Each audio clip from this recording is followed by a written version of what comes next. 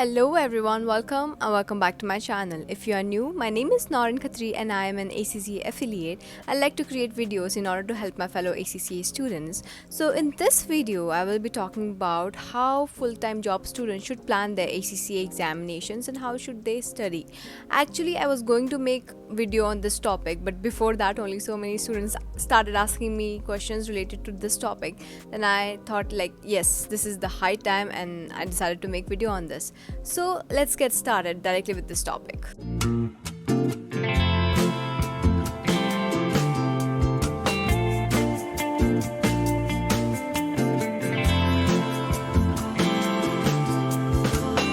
If you are working full-time, then you already have a tight schedule. There is a manager who is constantly behind you and tons of deadlines.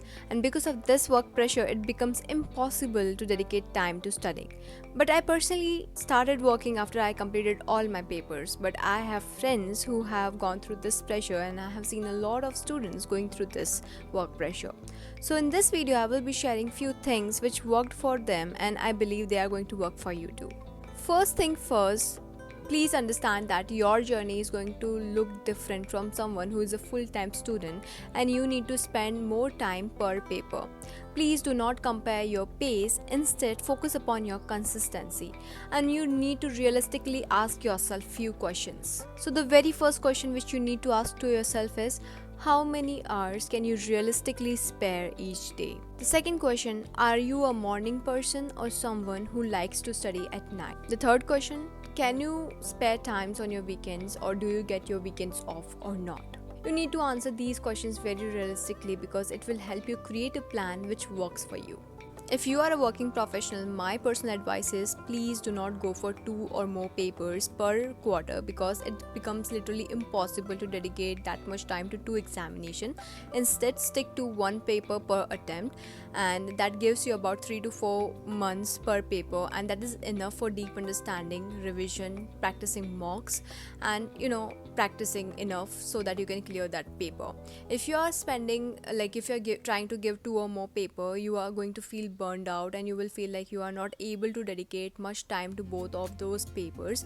Instead, you can try to spend a lot of time, like the time which you get while working or between your working hours, on that particular one examination, and it will give you that confidence that yes, you have studied enough and it is automatically motivate you and you are going to give your best shot in that one paper. If you are someone who is not planning to give papers each quarter, then you can analyze your year, like when is your off season, when it is your busy season, when you can dedicate more time to studying. So when it is your off season, you can plan to give 2 papers because at that point of time you do not have much work in your hand and you can dedicate that time to your examinations and it will help you clear more paper at that point of time, right? And when it is your busy season, then you can maybe not give any paper in that quarter because obviously when it is your busy season you need to work for like sometimes 10 to 12 hours and practically it becomes impossible for you to dedicate time during your busy season. So what you can do is, the second option is that you can give 2 papers when it is your off season and it is going to help you clear both of them. So now let's talk about the strategy, how to structure your week so that you can study as effectively as possible. So when you are working, like on weekdays, you can try to spare like 1 to 1.5 hours daily. If you are a morning person, then get up early and you can spend like 1 to 1.5 hours watching lectures or going through the notes and getting to know the syllabus. You can spend that hours for your syllabus, right? And during your weekends you can try to spend like 4 to 5 hours or even 6 to 7 hours if possible, and you can spend that hour solving, practicing, and if you are left with the syllabus, then try to complete that syllabus ASAP in those weekends so that you are completing your syllabus ASAP and it is getting easier for you. So when you are working, you cannot spend a lot of time reading your study text, or you cannot sit with your study kit and read all the chapters chapters. Practically, it is impossible. Instead, focus upon active recall. What you can do is, after you are done with a topic, then you can go to questions of those topics and you can just quiz yourself, or you can try to practice questions of that particular topic so that you can understand like whether are you retaining that concept or not. And always I say that you need to spend 70% of your time practicing the concepts, practicing the questions.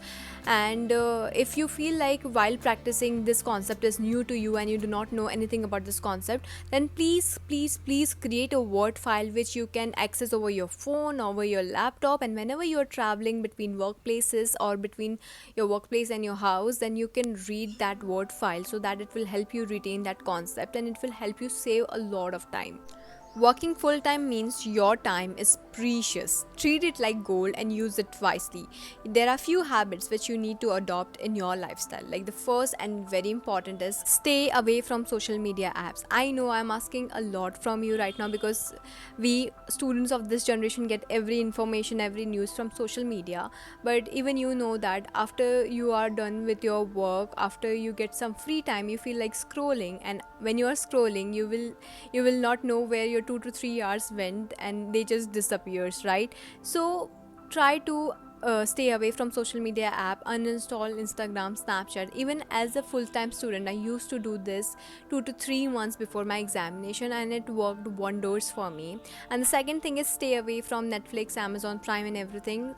Do not watch series, because when you start something when you start series, then I know we have temptation of completing that series in one day or like in 1 week, and it is going to eat up all of your free time.